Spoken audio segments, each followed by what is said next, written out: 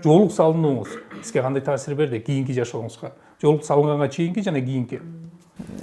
Негизи мен биринчи айтып кетким келет. Мен юрист болгондон кийин мен аябай мыйзамдардын негизи баягы жаратылышын жакшы билем да.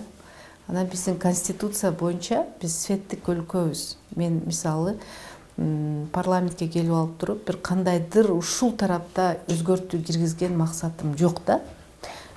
Жоолук салган бул мен жеке гана ушу өзүмүн ушундай духовный өнүгүшүм, өзүмүн жолум болду, өзүмүн тандоом болду. Мен ойлоймун, бул негизи биздин апаларыбыз, энелерибиз илгери жоолук салынып эле жүргөн да, илгери.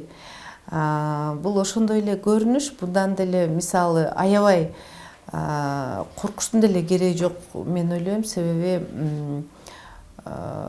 чын эле бул баягы биринчи ушундай парламентке мен келген үчүн көп адамдар чочушу мүмкүн да, светтик көз караштагы адамдар. Мен өзүмдүн кыздарым даже чочуган да, өзүмдүн кыздарым. Алгач келген адамдар баштаганда. Анан мен айттым, жок, силер өзүңөрдүн жолуңар менен кеткиле, окугула, да, кандай жол менен тандасаңар. Бул менин жолум, бул менин өзүмүн жеке тандоом, бирок бул эч кандай бир мен ушул келип алып туруп саясатка өзүмүн бул жолума аралаштыргым келбейт, себеби бул биринчиден зыян менин өзүмө тиет да, бул зыян.